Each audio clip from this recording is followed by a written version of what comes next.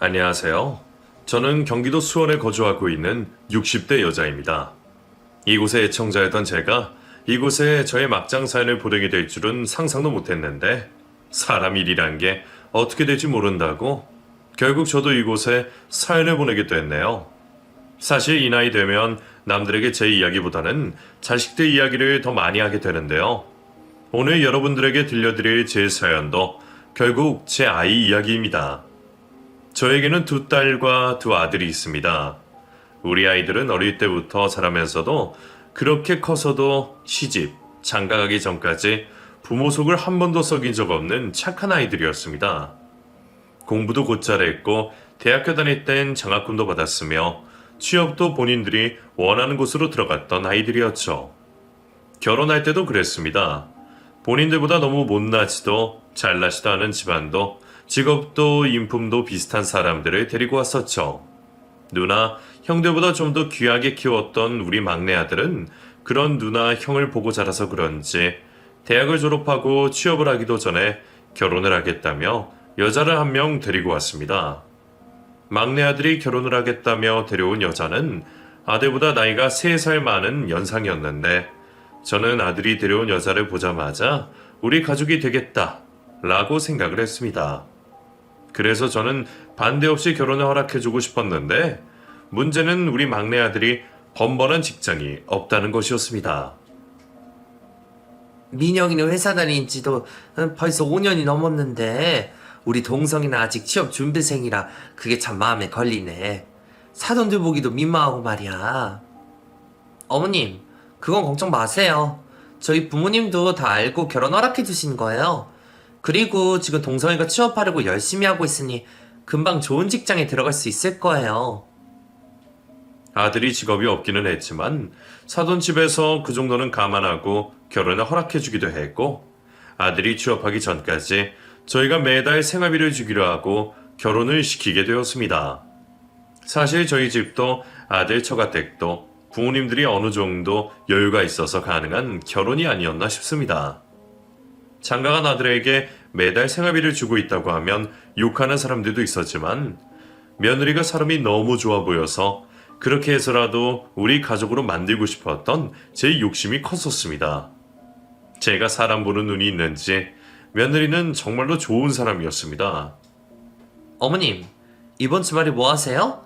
제가 자주 다니는 마사지 샵이 있는데 어머니 시간 괜찮으시면 저랑 같이 가요. 제가 풀코스로 모실게요. 며느리는 이틀에 한 번꼴로 안부 전화를 주었고 주말에 하루는 꼭 잠깐이라도 저희 얼굴을 보고 갔습니다. 그게 쉬운 일이 아니라는 걸 잘 알았기 때문에 그렇게 마음을 써주는 막내 며느리에게 참 고마웠어요. 자주 연락하고 자주 봐서 그런지 사이들이나 맏며느리보다 가장 늦게 가족이 된 막내 며느리에게 더 마음이 갔습니다. 며느리가 내조도 잘해주었는지 막내 아들은 본인 능력에 비해 과분한 회사에도 취업을 하게 됐습니다. 동성이 너 대기업에 들어갈 수 있었던 것도 다 민영이 덕분인 거 잘 알고 있지? 앞으로 네가 민영이 모시고 살아야 돼. 엄마, 이미 모시고 살고 있는 중이야. 우리 마님 손에 물 한 방울 안 묻히게 하려고 내가 설거지도 하고 아침밥도 차리고 청소기도 돌리고 집안일은 혼자서 다 하고 있다니까. 며느리 걱정은 하지 않으셔도 됩니다, 어머니. 막내 아들도 좋은 짝을 만나 잘 사는 모습을 보니 내일 당장 죽어도 여한이 없겠다 생각했습니다. 막내 아들이 결혼한 지 1년 정도 지났을 때였습니다. 맏며느리가 둘째 아들을 낳았다는 소식을 듣고 막내 아들 레와 함께 조리원으로 갔을 때였어요. 가족들끼리 모여 아기 구경을 하고 있는데 막내 아들 녀석이 그러더군요. 나는 언제 우리 아기 하나 보지? 첫째는 딸, 둘째는 아들로 낳고 싶은데 10년 안에는 가능할까? 그 말을 들은 저와 다른 가족들은 어이없다는 듯이 막내 아들에게 말했습니다. 걔도 참 10년이라니 당장 내년에도 가능한데 무슨 그런 걱정을 하니? 저의 말에 아들은 막내 며느리 눈치를 한번 보더니 머리를 끄덕이며 애는 나 혼자라. 에이, 우리 마님이 낳는다고 해야 낳을 수 있는 거지. 라고 말했습니다. 도대체 이게 무슨 말인가 싶어 막내 며느리 쳐다봤더니 막내 며느리는 당황한 듯 얼굴을 붉히기는 했지만 매우 냉정한 말투로 말했습니다. 어머님, 저희 아직 신혼이기도 하고 남편이 취직한 지도 얼마 안 되기도 했잖아요. 그리고 둘 다 나이가 어려서 당장은 아이 낳을 생각이 없어요. 며느리의 말이 틀린 것은 아니었습니다. 둘 다 어리기도 하고 아들이 자리를 완전히 잡은 것은 아니니 신혼 정도는 즐겨도 된다고 저도 생각을 했었죠. 그래서 저도 며느리 편을 들었습니다. 그래, 민영이 네 말이 맞다. 급한 것도 아니니 신혼을 즐길 만큼 즐기고 그때 가서 낳든가 해라. 동성이 너는 민영이 재촉하지 말고 얌전히 기다려. 애 키우는 게 쉬운 것도 아니고 애 낳고 나면 그때가 좋았지 하고 후회할 수도 있으니까. 제 말의 아들은 자기도 당장 낳을 생각은 아니었다고 했습니다. 그땐 그렇게 나눴던 대화가 나중에 돼서 큰 문제가 될 거라고 생각하지 않고 대충 넘겨버렸습니다. 그런데 그 일이 결국 우리 막내 아들 부부의 사이를 깨트린 일이 되고 말았습니다. 막내 아들이 결혼한 지도 3년이 지날 때 저희 남편이 막내 아들 내외에게 물었습니다. 이제 너희도 슬슬 아이 낳을 생각을 해야 되지 않겠냐? 민영이 나이도 있고 동성이 너도 이제 대리 달았으니 애는 하나 낳아야지. 언제까지 신혼 즐기려고 그래? 그래, 신혼 3년 꽉 채웠어 즐겼으니 너희도 슬슬 애 낳을 생각을 해봐. 응? 엄마도 너희 아기들 보고 싶네. 결혼한 지 3년은 넘었으니 그때는 아이를 낳아도 되지 않겠나 싶어 저도 남편의 말에 맞장구를 치며 말했습니다. 그런데 저희 부부의 말에 막내 아들과 며느리의 표정에 급속도로 굳어갔습니다. 그리고 둘 중에 그 누구도 먼저 입을 떼려고 하지 않았죠. 너희 둘 무슨 문제라도 있는 거야? 설마 아이를 못 낳는다거나 그런 건 아니지? 설마 아들이나 며느리 중에 한 명이 몸에 문제가 있어 아이를 낳지 못하게 된 건 아닌가라는 걱정이 머릿속을 덮쳤습니다. 만약 그런 거라면 누구도 탓하지 않고 위로 먼저 해줘야겠다. 아이를 가지고 싶으면 다른 방법을 생각해보자 라고 말을 하려고 할 때였습니다. 아들이 결심한 듯 입을 열었어요. 엄마, 이 사람이 애 낳을 생각이 없대. 그래서 엄마랑 아빠한테 막내 아들 손주는 안겨드리기 힘들 것 같아. 그게 무슨 소리야? 애 낳을 생각이 없다니. 조금만 더 있다가 낳고 싶다는 뭐 그런 말이니? 그게 아니라 그냥 평생 애 낳을 생각이 없대. 이 사람 내 새끼 못 낳아줄 것 같다니까 엄마 아빠도 우리한테 손주 기대는 하지 마세요. 애 낳고 안 낳고는 본인들의 결정이고 특히 여자인 며느리의 몫이니 제가 뭐라고 할 건 아니었지만 며느리가 평생 애 낳을 생각이 없다고 하니 뭔가 며느리에게 큰 배신을 당한 느낌을 받았습니다. 충격에 제가 말도 제대로 못하고 어버버 거리고 있자 그제야 며느리가 입을 열었습니다. 어머님, 아버님, 죄송하지만 저는 평생 애 낳을 생각이 없어요. 동성이가 제 말을 다 들어주는 편이니까 애 낳는 것도 제 의견에 따라와 줄 거라고 생각했는데 그게 아니더라고요. 동성이한테도 어머님, 아버님한테도 미리 말씀드리지 못한 점 정말 죄송합니다. 막내야, 아무리 그래도 애 낳는 문제는 부부가 같이 결정해야 할 일인데 너 혼자 안 낳겠다고 결심하고 결혼을 하면 어떡하니? 우리는 그렇다고 쳐도 동성이는 애를 좋아해서 얼른 지새끼를 보고 싶어 하는데 에휴, 그래도 이건 아니지 않니? 어머님도 아시겠지만 애를 낳으면 고생하는 건 결국 저잖아요? 몸도 상할 뿐만 아니라 일도 못하게 되고 그럼 제 인생 망치게 되는 거라고요. 어머님도 여자이시고 딸이 있으시니 제 마음을 알아주실 거라고 생각합니다. 며느리는 고개를 빳빳이 들고 자신의 의견을 또박또박 말했습니다. 제 딸보다 예뻐 보이던 막내 며느리였는데 그 순간은 정말 남은 남이구나라는 마음이 확 들었습니다. 세아가, 네 말도 맞지만 그래도 모든 걸 너 혼자 결정해버리면 안 되는 거 아니니? 결혼하기 전에 미리 말이라도 해줬으면 동성이도 우리도 이렇게 배신감을 느끼지 않았을 거야. 그래, 차라리 결혼 전에 말이라도 해주든가. 왜 이제 와서 이러는 거냐고. 그리고 내가 그랬잖아. 당신 계속 일하고 싶으면 애 낳고 일하라고. 내가 육아휴직을 쓰든 일을 그만두든 하겠다고. 나만 주면 내가 키우겠다고 했잖아.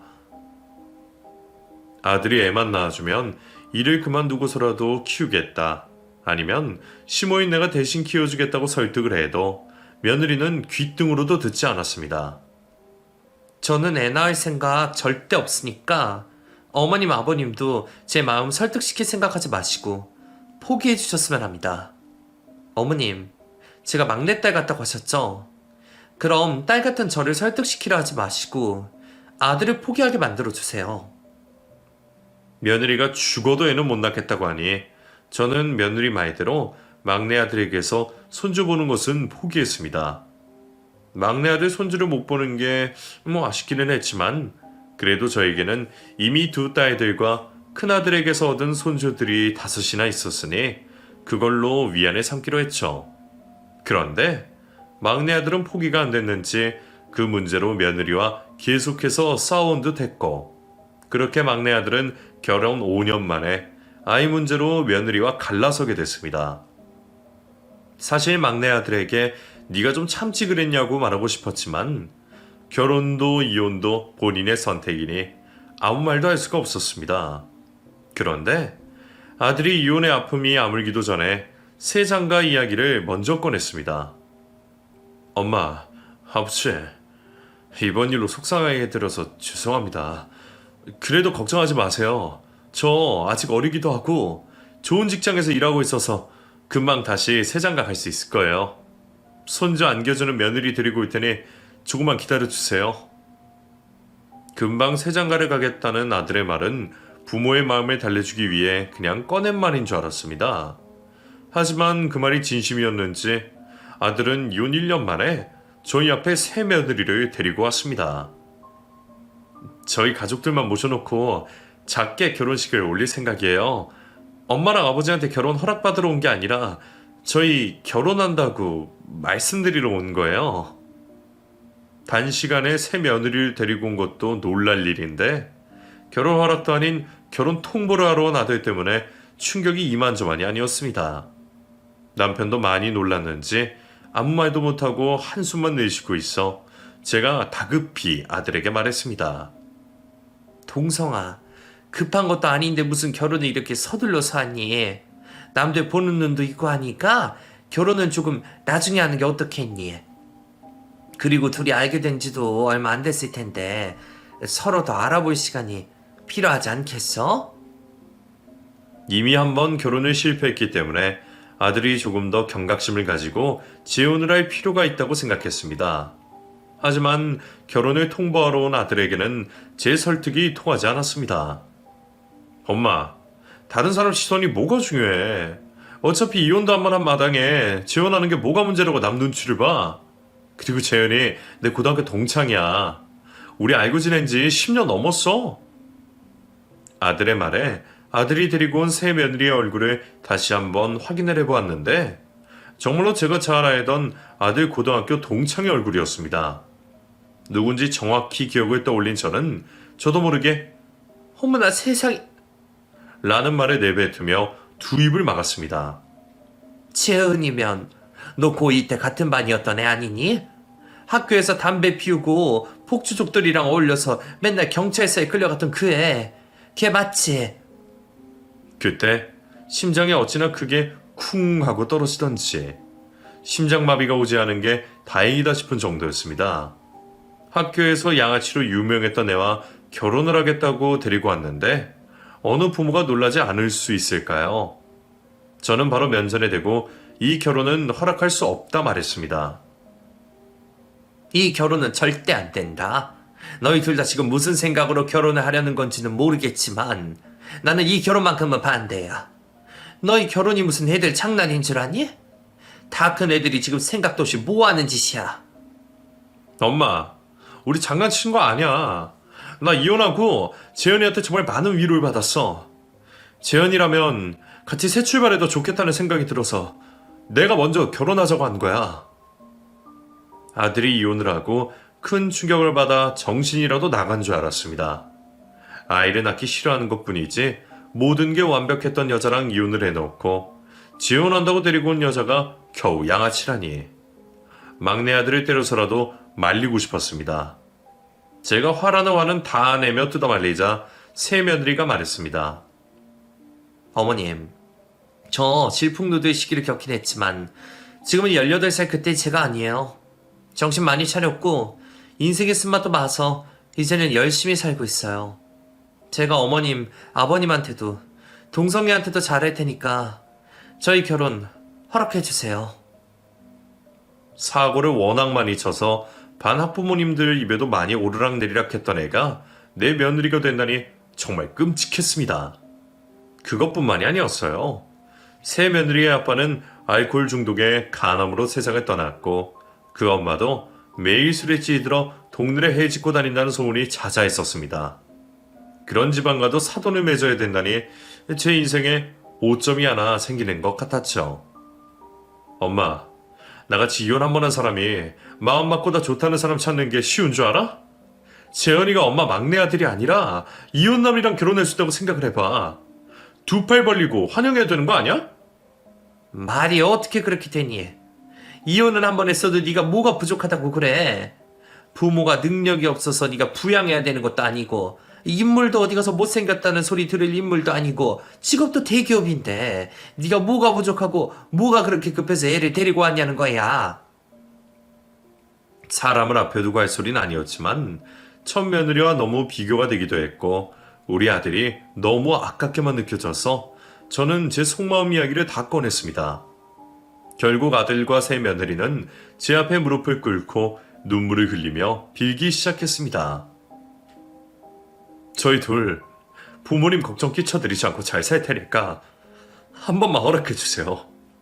엄마랑 아버지한테 허락받으러 온 것도 아니고 통보하러 온 건 맞지만 두 분이 허락을 해주셔야 저희도 부모님 자주 찾아뵐 수 있죠. 어머님, 제가 정말 잘하겠습니다.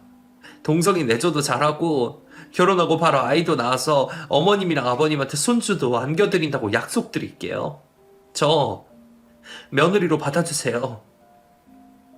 자식 이기는 부모 없다고 남편이 아들 인생은 아들이 결정하게 해주자 해서 결국 두 사람의 결혼을 허락하게 되었습니다. 사람 시선 신경 쓰지 않는다던 막내 아들은 그래도 남의 시선이 의식되기는 했는지 양가 직계 가족만 모아두고 작게 결혼식을 올렸습니다. 그리고 막내 아들 부부는 신혼여행을 다녀오고 한 달 후 임신 소식을 전해주었습니다. 어머님, 저희 허니문 베이비 생겼어요. 어머님, 아버님한테 빨리 손주 안겨드리고 싶었는데 삼신 할머니가 그런 제 마음을 예쁘게 봐주셔서 바로 아이를 보내주셨나봐요. 결혼식을 올린 후에도 탐탁지 않았던 새 며느리가 임신을 했다는 소식을 전해 들었을 때 저는 며느리에 대한 안 좋은 모든 감정을 내려놓기로 했습니다.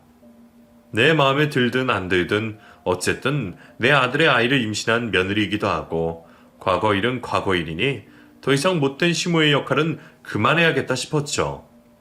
새 며느리에게 첫 번째 며느리한테 해준 것만큼은 해주지 못하긴 했어도 노력을 해서라도 잘 해주었습니다. 그 덕분인지 새 며느리도 제가 편해진 듯 저에게 애교도 부리고 일주일에 한 번은 안부 연락도 하고 하더라고요. 며느리가 임신을 했으니 몸에 좋은 것을 먹이고 싶어서 자주 집으로 불렀었는데 며느리는 시부모한테 사랑받고 있는 기분이 좋았는지 저희 앞에서 쉬지도 않고 떠들어댔습니다. 어머님, 모성애라는 게 아이를 갖기 전까지는 절대로 느낄 수 없는 감정인 것 같아요. 제가 엄마한테 뒤지게 얻어맞았어도 못 끊던 담배를 임신했다는 사실을 알게 되자마자 끊게 됐다니까요. 임신하고 나니까 담배 생각이 싹 사라지더라고요. 이게 바로 모성애의 힘일까요? 푼수같이 웃으며 기가 막힌 이야기를 술술 내뱉는 며느리를 보고 남편과 저는 말문이 막혔습니다. 저는 지금 제가 꿈을 꾸고 있나라는 생각이 들 정도였죠. 저의 귀를 의심하게 된 제가 며느리에게 되물었습니다. 너 지금 임신하고 나서 담배를 끊었다고 말한 거니? 그럼 고등학교 때부터 지금까지 계속해서 담배를 피웠다는 거야? 아니, 그건 그렇다 치고 임신 생각 있던 여자가 애 가진 거 알기 전까지 담배를 피웠다는 게 말이 되니? 그럼 임신 초반까지도 담배 피웠다는 건데 너는 정신이 있는 거니 없는 거니? 그게 무슨 자랑이라고 시아버지랑 내 앞에서 그런 이야기를 늘어놔. 어머님, 그게 아니라요. 저도 끊으려고 했는데 10년 넘게 핀 담배를 끊는다는 게 쉬운 일이 아니라서 못 끊었어요. 그리고 의사 선생님이 잠깐 핀 건 괜찮을 거라고 하셨거든요. 제 친구 중에 임신 내내 담배 피운 애도 있는데 아이는 건강하게 태어났더라고요. 며느리의 말에 결국 혈압이 끝까지 올라버린 저는 머리를 싸매고 알아놓고 말았습니다. 임신한 사람이 담배를 피우는 게 별일이 아니라는 듯 자기 친구의 이야기를 무용담처럼 늘어놓는 모습을 보고 제 속이 타들어갈 것 같았죠. 잘못을 잘못으로 인식조차 하지 못하는 사람에게 제 아들과 제 손주의 인생을 맡겨도 되나 싶었습니다. 기어코 억지로 붙여놓은 전까지 떼버린 며느리 때문에 화가 난 제가 아들에게 말했습니다. 나는 이제 모르겠다. 아버지 말대로 네 인생은 네 인생이니 나는 더 이상 네 인생에 관여 안 할란다. 죽이 되든 밥이 되든 네 인생 네 알아서 살아라. 그 애랑 살면서 앞으로 아버지랑 나한테 도움받을 생각도 하지 말어. 그때만큼은 아들도 저에게 무슨 말도 하지 못했습니다. 아들 녀석도 느낀 게 있으니 아무 말도 하지 못한 것이었겠죠. 볼 때마다 사람 혈압 오르게 하는 며느리라 저는 막내 아들네와 자주 보고 살지 않기로 했습니다. 우리 아들 아이를 임신했어도 안 되는 건 안 되더라고요. 그렇게 전화도 한 달에 한 번 할까 말까 하며 지내고 있던 어느 날 배가 부른 며느리가 느닷없이 짐을 싸들고 저희 집으로 찾아왔습니다. 아들도 없이 혼자서 짐을 싸들고 온 것을 보고 저는 오만 상상을 다했습니다. 너 또 무슨 일이니? 설마 동석이랑 싸우기라도 했어? 아니면 집에서 쫓겨나기라도 한 거야? 도대체 무슨 일이길래 이 시간에 그 집을 다 싸들고 너 혼자 여기로 온 거야? 아이를 낳기도 전에 둘이 갈라선 게 아닌가 싶어 며느리에게 걱정도 섞이고 화도 섞인 말투로 묻자 며느리는 또 특유의 푼수 같은 웃음을 지으며 말했습니다. 아이 낳을 때까지 어머님 집에서 지내려고요. 배 불러오니까 혼자 집에서 점심밥 차려 먹는 것도 일이더라고요. 동성 씨는 일 마치고 온대요. 저희 둘 사이에 아무 일도 없으니까 걱정하지 않으셔도 돼요, 어머님. 아유, 내가 너 때문에 못 산다, 못 살아. 그럼 오기 전에 미리 연락이라도 했어야지. 동성이한테도 연락이 없던데 왜 사람을 놀래키고 그러니? 저도 갑자기 어머님 집에 오고 싶어져서 온 거예요. 어머님, 제가 미우시더라도 제 뱃속에 있는 어머님 손주 생각해서 저 여기서 지낼 수 있게 해주세요. 어머님이 해주시는 밥 먹으면서 지내고 싶어요. 뭐가 예쁜 며느리라고 삼시세끼 차려주며 수발을 해야겠나 싶었지만 며느리의 말대로 뱃속에 있는 내 손자를 생각해서 저는 며느리가 출산할 때까지 수발을 들어주기로 했습니다. 며느리가 어떤 헛소리를 해도 아무 말 안 탄 남편은 무작정 짐을 싸들고 집을 들어온 며느리 보고서는 제가 어떻게 해서는 시모를 부려먹을 작정으로 들어왔구만 이라고 말하며 혀를 내둘렀습니다. 임신 6개월 차에 저희 집에 눌러앉은 며느리에게 저는 남은 4개월 동안 딸에게도 해주지 않았던 삼시세끼를 차려주었습니다. 며느리는 저에게 밥상을 받아 먹으면서 손 하나 까딱하지 않고 지냈습니다. 자기가 먹은 밥을 설거지를 하기는커녕 자기가 지내는 방 청소도 한 번 하지 않았죠. 제가 방 좀 치우라고 잔소리할랑 싶으면 며느리는 여우같이 굴었습니다. 어머님, 제가 배가 불러서 몸을 숙일 수가 없어요. 조금만 서 있어도 허리가 아파서 청소기 돌리기도 힘들고요. 남편 퇴근하면 시킬 테니까 너무 뭐라고 하지 마세요. 결국 자기가 했은 일은 일마저도 아들에게 돌리는 며느리였습니다. 처자식 먹여 살리려고 하루 종일 밖에서 고생하는 아들에게 방 청소 같은 작은 일까지 시킬 수 없었던 저는 아들이 우리 집에서 지내는 만큼은 내가 조금이라도 고생을 덜어주자는 생각에 며느리가 지내는 방까지 제 손으로 직접 치워주었습니다. 며느리에게 밥도 차려줘, 설거지도 해줘, 방 청소에 자기가 입은 속옷까지 빨아주며 생활을 하던 어느 날이었습니다. 아들과 며느리가 출산 준비용품을 사러 나간 김에 애들이 지내는 방 청소를 하고 있는데 속옷 서랍 구석에 숨겨져 있는 담뱃갑 하나를 발견하게 되었습니다. 설마 며느리가 임신 중에도 담배를 피우고 있나 싶어 외출하고 돌아온 아들과 며느리가 신발도 벗기 전에 담배를 들이대며 물었습니다. 새아가, 너 이게 뭐니? 너네 속옷 서랍 밑에 숨겨져 있던데 너 설마 아직도 담배 피우고 있는 거니? 너 정말 어쩌려고 그러는 거야? 어미가 됐다는 게 뱃속에 있는 쥐새끼 걱정은 안 하는 거야? 어머님, 그거 제 거 아니에요. 그리고 제 방 지금 뒤지신 거예요? 아무리 어머님이라고 하셔도 그건 좀 아니지 않아요? 사생활은 지켜주셔야죠. 네 속옷 빨고 너 어쩌다가 발견한 거지. 내가 뭐가 궁금하다고 네 방을 뒤지겠니? 그리고 지금 그게 중요하니? 이게 네 방에서 나왔다는 게 중요하지. 평생 담배 근처에 난간 네 남편이 이걸 왜 갖고 있겠어? 아들은 제 손에 들려있는 담배를 다급히 뺏어 들었습니다. 엄마, 내가 요즘 스트레스를 많이 받아서 한번 피워볼까 해서 사둔 거야. 아빠가 된다고 생각하니까 책임감 때문에 정신적으로 많이 힘들더라고. 이거 재현이 거 아니니까 오해하지 마, 엄마. 너 지금 그걸 나 믿으라고 하는 소리니? 담배 냄새도 싫어하는 네가 무슨 담배야? 제가 고래고래 소리를 지르며 며느리를 쥐잡듯이 잡자 결국 며느리는 제 앞에서 눈물을 흘렸습니다. 어머님, 정말 너무하세요. 동성 씨도 자기 거라고 하잖아요. 어머님 제가 이전 며느리였어도 이러셨을 거예요? 어머님이 아끼시는 막내 아들 이혼하면서 구제해준 사람이 누군데? 저한테 이러시면 안 되시죠. 심지어 저는 어머님 손주까지 가진 며느리라고요. 여기서 얘 전체 얘기는 왜 꺼내는 거니? 네가 임신 알게 될 때까지 담배를 피웠다고 해서 이러는 거지. 네가 평소 행실을 잘했으면 내가 이렇게까지 했겠니? 며느리는 아파트 떠나가라 소리내며 울었고 아들과 남편은 그런 며느리를 달래느라 애를 먹었습니다. 아들도 며느리도 끝까지 그 담배는 아들 거라고 우기는 바람에 결국 저는 며느리에게 사과를 했습니다. 보통 할머니 같았으면 손주 얼굴을 빨리 보고 싶어서 출산날을 손꼽아 기다릴 텐데 저는 며느리가 빨리 자기 집으로 돌아갔으면 하는 마음에 출산날을 손꼽아 기다리게 되었습니다. 지금 생각해도 제 인생에서 그렇게 긴 4달은 2번 다시 오지 않을 듯합니다. 4년 같은 4개월이 지나고 며느리는 무사히 건강한 손자를 낳았습니다. 고생했다. 너도 무사하고 아기도 건강히 태어났으니 다행이다. 지오리언에 있는 동안 몸조리 잘하고 나와서도 먹고 싶은 게 있으면 언제든 연락해. 며느리가 없는 집은 정말로 평화로웠습니다. 손자가 태어난 것도 좋고 며느리가 자기 집으로 돌아간 것도 너무 좋아서 이 달콤한 시간이 깨지지 않길 바랬습니다. 그런데 그 달콤한 시간은 그리 오래가지 못했습니다.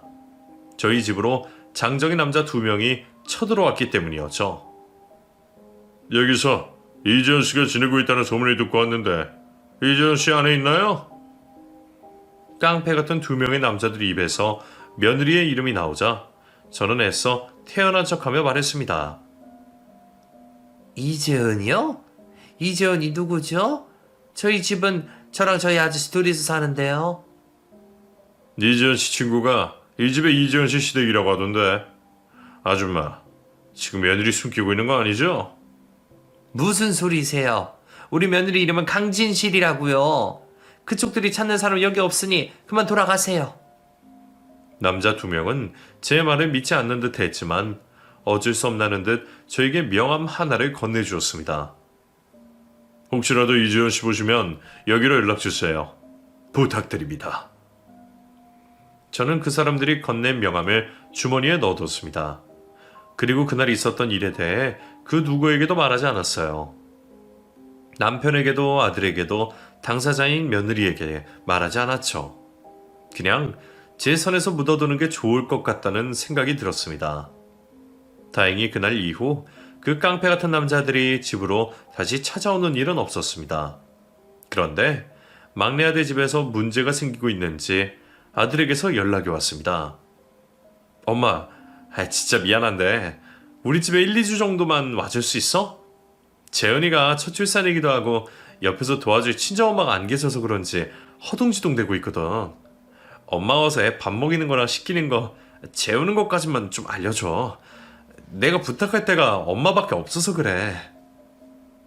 며느리가 임신 중 짐을 싸들고 저희 집으로 왔을 때 친정집으로 가는 게 편하지 않냐는 저의 말에 며느리는 엄마가 행방불명이 된 지 오래라고 했습니다. 그러고 보면 며느리도 며느리대로 참 딱하다는 생각이 들어 저는 아들의 전화를 받고 바로 짐을 싸들고 아들 집으로 들어갔습니다. 집으로 가보니 집은 말 그대로 개판이었습니다. 아기용품은 정리도 안 돼서 여기저기 흩어져 있고 부엌도 안 치운 지 얼마나 된 건지 빈 분유통이 쌓여 있었죠. 아들과 며느리에게 그래도 집은 항상 깨끗하게 하고 살아야 되지 않겠냐고 잔소리를 하려고 했는데 두 사람의 몰골이 말이 아니었습니다. 어머님, 저 좀 살려주세요. 2시간에 한 번씩 분유 먹이고 기저귀 갈고 툭하면 울어대니까 달랜다고 하루에 잠을 1시간 이상 자본 적이 없어요.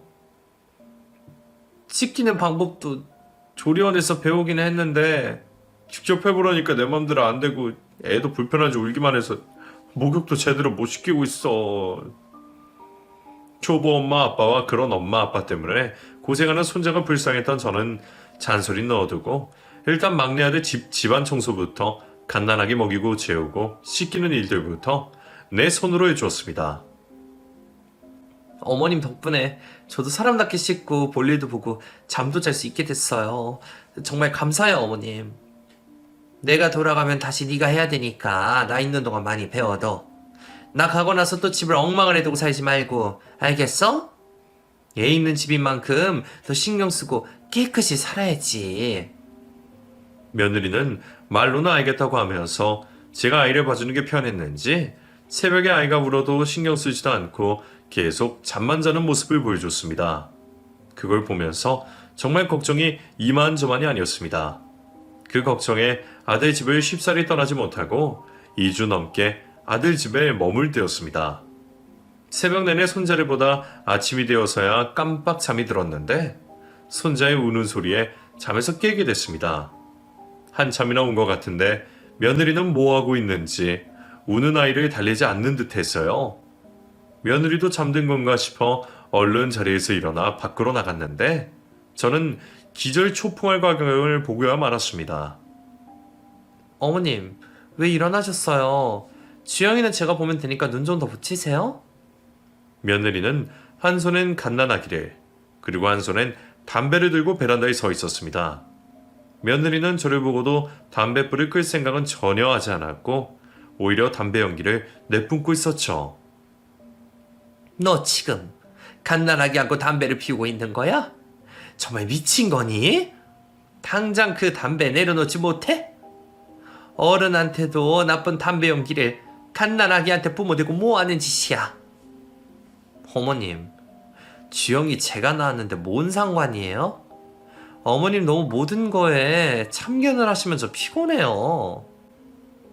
저는 바로 베란다로 달려가 며느리 품에서 울고 있는 손자와 담배꽁초를 빼앗았습니다. 네가 그러고도 부모라고 할 수 있어? 이 애가 무슨 죄가 있어서 너 같은 부모를 만나서 이런 환경을 살아야 되는지 난 모르겠다. 어머님이 저 많이 도와주셔서 참으려고 했는데요.